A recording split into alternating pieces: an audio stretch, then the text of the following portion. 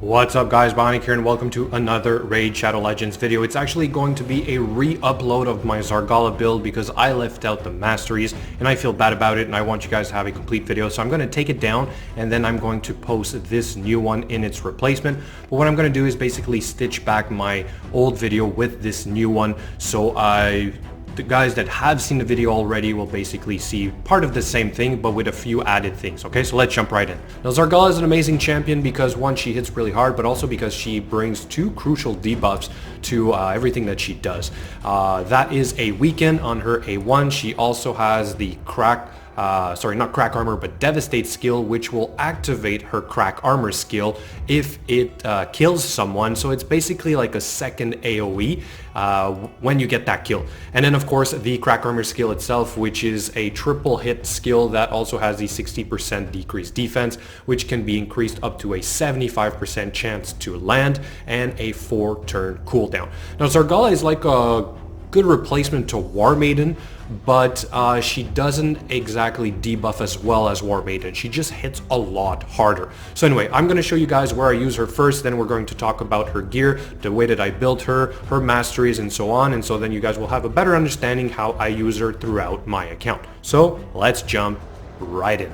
So for me, Zargala right now is mainly used in the Fire Knight dungeon as well as the Dragon dungeon. So the gameplay videos are on my channel for the 100% success rate for each of these. So feel free to go check it out if you want to see her in action. I'm not going to take the time to show it because it is on my channel, like I said. And then of course there is another place that I do use her, and that is the arena. But I don't always use her, okay? So when I will use Zargala, it's because we have that battle pass quest, which we have to use or kill using a force champion, if I remember correctly. So she'll typically replace my Rotos to Lost Groom. As you can see here, that's basically all I'm missing, which is a force champion. So again, she's built as a nuker for me, and typically she is slow, which means I have to rely on CC in order to give her a chance to go before the enemy team does, sorry. So yeah, basically that's how I've figured out the best way to use her, and now let's jump right into her gear.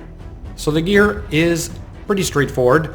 It's some of my better pieces of crit damage, cruel, and divine crit. Some of my very rare divine crit pieces that I was able to match up.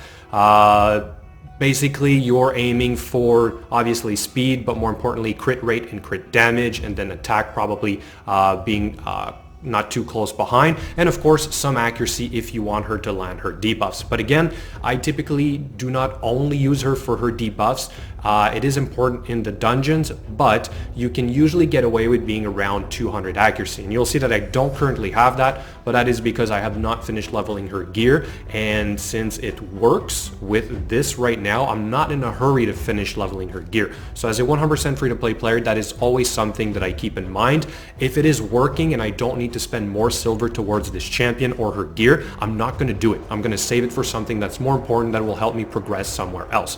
So anyway, substats here again, we've got more crit rate, some HP, not that important, but some speed, and then crit rate, crit damage again, some speed, resistance, really not that important, perhaps for the arena, but I kind of go, when I use a nuke build, in a type of build that is going to basically try to one-shot the other team, so I don't really rely on having my glass cannons with a lot of resistance in order to take hits, alright? And I also rely on, obviously, Arbiter to res up my champions. So again, if they die, if my glass cannons die, I'm not that worried. Crit damage gloves, which are only 4-star. I know it sucks, but I'm saving my better crit damage gloves for other champions because I don't use Zargala often, which means I don't prioritize her gear. But anyway, here again we've got more attack percent, defense percent, not that important, sorry, and then of course more speed. Finally, we've got attack percent chest with some crit damage.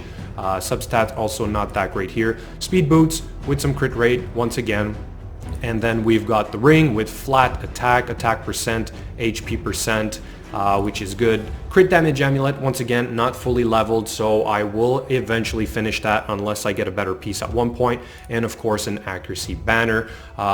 So that's how I've made it work, and these are her total stats for now. A decent amount of attack, very low speed, or relatively low speed to be in the arena, but for dungeons, that's all right. 70% crit rate, which is perfect for me, and I'll explain why in a second. And then crit damage, which is kind of low. You'd want this to be well above 250, probably closer to 280 to really get the maximum damage from her. But again, her gear needs a little bit of improvement, but this is all my account can afford for the time being.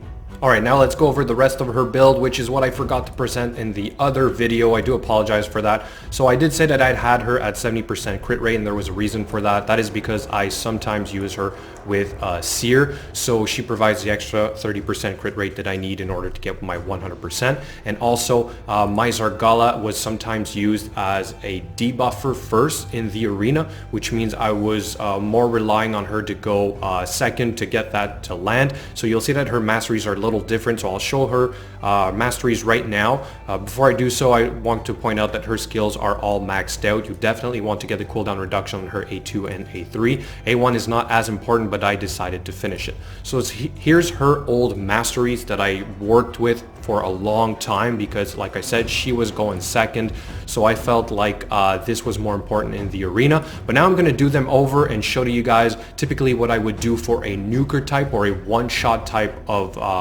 build for a champion like let's say her, or even like Rotos the Lost Groom is going to be very similar to this. Okay, so be right back, and I'm back with her new mastery layout. Now before I completed though, I noticed something, and I thought I'd point it out to you guys.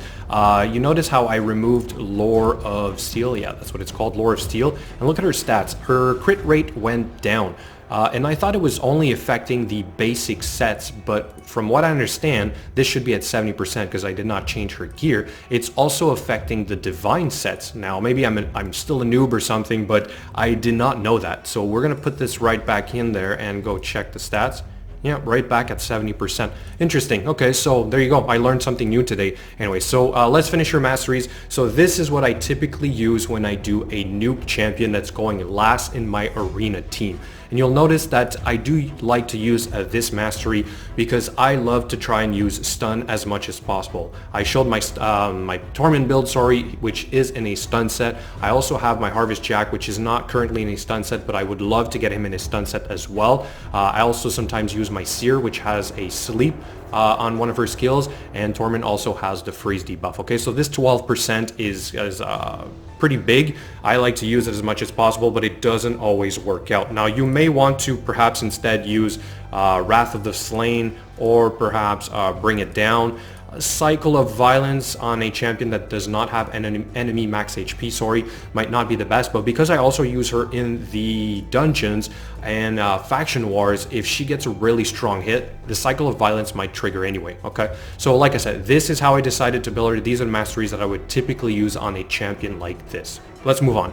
So, arena development for Force Champion. Of course, accuracy is maxed out, resistance not that much, crit damage could use a lot more work, so it's a work in progress.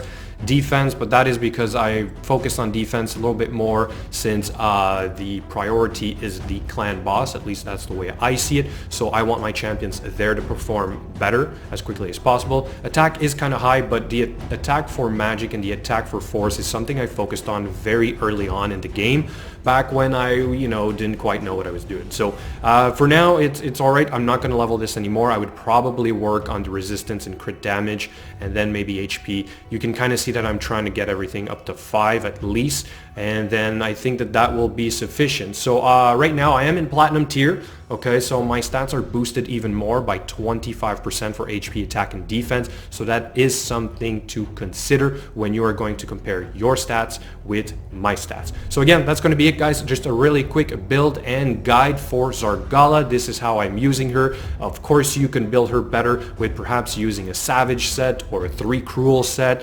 But hey, I just don't have that kind of gear. So this is how I'm using her, and it is working out. As always, thank you so much for watching, and I will catch you guys later.